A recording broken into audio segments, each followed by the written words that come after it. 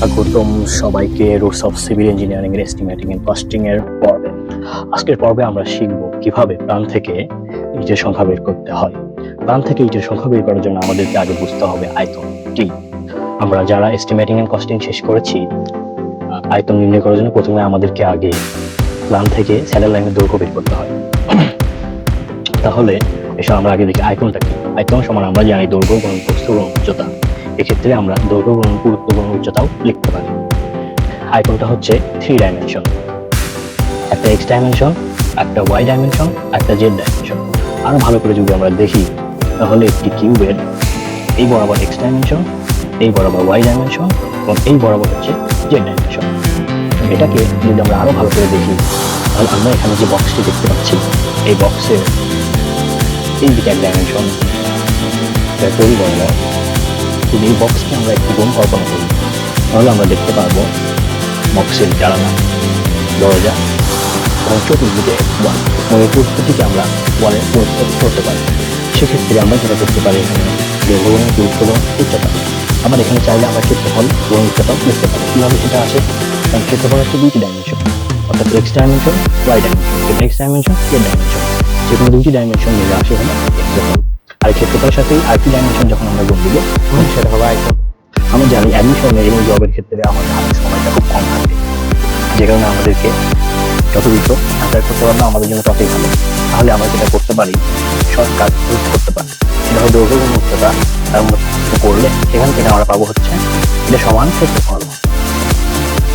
যখন সম্পূর্ণ অংশের ক্ষেত্রফল চলে আসলো, দৈর্ঘ্য উচ্চতা, তাহলে সম্পূর্ণ অংশের পাড়ের ক্ষেত্রফলটা চলে আসলো। এখন এর মধ্য থেকে আমরা যদি ফাঁকা অংশটুকু বাদ দিই, যেমন এখানে জানালা, দরজা এবং এই দিকে জানালা, আমরা আমাদের অঙ্কে দেখছি এখানে দেয়ালে 4টি 3 ফিট বাই 4 ফিটের জানালা রয়েছে এবং একটি 4 ফিট বাই 7 ফিটের দরজা রয়েছে। যদি আমরা জানালা এবং দরজা বাদ দিয়ে দিই তাহলে আমাদের যেটুকু সলিড অংশ সেটুকুর ক্ষেত্রফল থাকবে। এবার এই ক্ষেত্রফলের সাথে যখন আমরা পুরুত্ব গুণ দিব তখন সেটা আয়তনে পরিণত হবে এবং এই আয়তনের সাথে যখন আমরা ইটের প্রতি ঘন মিটারে কতটি ইট লাগে সেটা দ্বারা গুণ দিব তখন আমরা ইটের সংখ্যা পেয়ে যাবো। চলো তাহলে এখন অঙ্কে পেয়ে যাবো। তাহলে আমাদের আয়তন নির্ণয় করার জন্য এখন আমাদের যেটা করতে হবে, প্রথমে আমাদের স্যান্ডেল লাইনের দৈর্ঘ্য নির্ণয় করতে হবে। তাহলে আমরা যদি এটা এই ডাইমেনশন বরাবর দৈর্ঘ্য, এই ডাইমেনশন বরাবর সম্পূর্ণ দৈর্ঘ্য নিই, দিয়ে তার সাথে যদি আমি উচ্চতা গুণ দিই তাহলে আমরা একটা সম্পূর্ণ অংশের ক্ষেত্রফল পাবো। তাহলে এখন আমি যেটা করতে পারছি তাহলে স্যান্ডেল লাইনের দৈর্ঘ্য, অর্থাৎ এই পুরো অংশ দৈর্ঘ্য আমাকে নির্ণয় করতে হবে। আমরা এখন একটা জিনিস করতে পারি, সেটা হলো আমার এই বাহু, এই বাহু, এই দুটি বাহু এবং এই বাহু সমান, এই বাহু সমান। চাইলে আমরা এটাকে আলাদা আলাদা করতে পারি, আর চাইলে একবার যোগ করে 2 দ্বারা গুণ করলে যেতে পারি। দেখো এখান থেকে যদি আমরা একটা রেখা টানি, এই 2 বাহুর যে পরিমাণ দূরত্ব, এই 2 বাহুর দূরত্ব সেম, তাহলে আমি এই বাহুটি যদি দৈর্ঘ্য গুণ করি, এটা 2 দ্বারা গুণ করি, সম্পূর্ণ অংশের দৈর্ঘ্য বের হবে। তাহলে আমরা চাইলে 2 দ্বারা গুণ করতে পারি। তো 2 দ্বারা যদি গুণ করি তাহলে আমাদের এখান থেকে এত থেকে 15 ফিট, কিন্তু এর মাঝখানে আমাকে দেয়ালের যে পুরুত্ব 10 ইঞ্চি সেটা বাদ দিতে হবে। যদি আমরা বাদ দিই তাহলে এইটুকু থেকে আমার এইটুকু দৈর্ঘ্য পেয়ে যাচ্ছি। তাহলে এখন আমাকে যেটা করতে হবে 15 মাইনাস, যেহেতু এটা 15 ফিট আর এটা হচ্ছে 10 ইঞ্চি, তাহলে 10 ইঞ্চিতে আমাকে 12 দ্বারা ভাগ করলে ফিটে চলে আসে। এবার এটা হলো এই বাহুর দৈর্ঘ্য, এবার এইটুকু বাহুর দৈর্ঘ্য হচ্ছে হলো 12 ফিট। সম্পূর্ণ অংশটা 12 ফিট নেই, এর মধ্যে এই যে এইটুকু ওয়াল ঢুকে গেছে, তাহলে এইটুকু আমাকে বাদ দিতে হবে। তাহলে মাইনাস 10 ইঞ্চি আর হচ্ছে 12। এটা হচ্ছে হলো আমার কেবল দৈর্ঘ্য বের হলো। এবার এর সাথে যদি আমি উচ্চতা, দেওয়ালের উচ্চতা এখানে দেওয়া আছে 12 ফিট, তাহলে আমি 12 ফিট দ্বারা গুণ দিব, তাহলে এটা আমার সম্পূর্ণ অংশে ক্ষেত্রফল চলে আসলো। এবার আমাকে যেটা করতে হবে এর ভিতর থেকে দরজা এবং জানালার যে ফাঁকা অংশ সেটা বাদ দিতে হবে। তাহলে এখন আমি কি করবো, একটা ব্র্যাকেট দিয়ে নেব,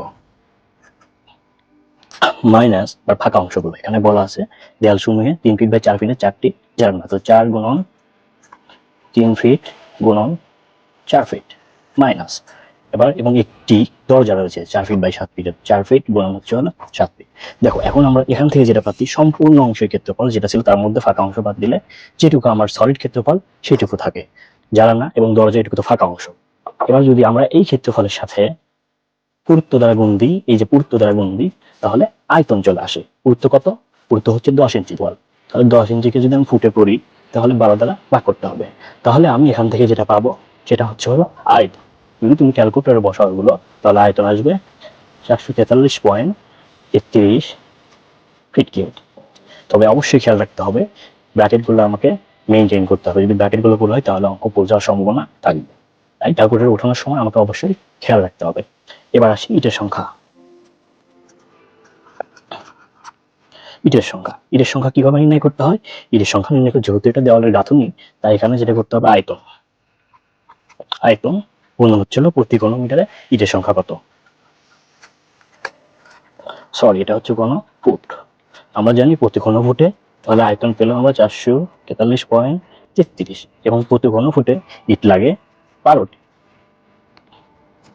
ঘনফুট গাঁথুনিতে ইট লাগে 12টি। যদি আমরা 12 দ্বারা গুণ করি, তাহলে আমাদের ইটের সংখ্যা থাকবে 5320টি। এটাই হলো এই অঙ্কের অ্যান্সার।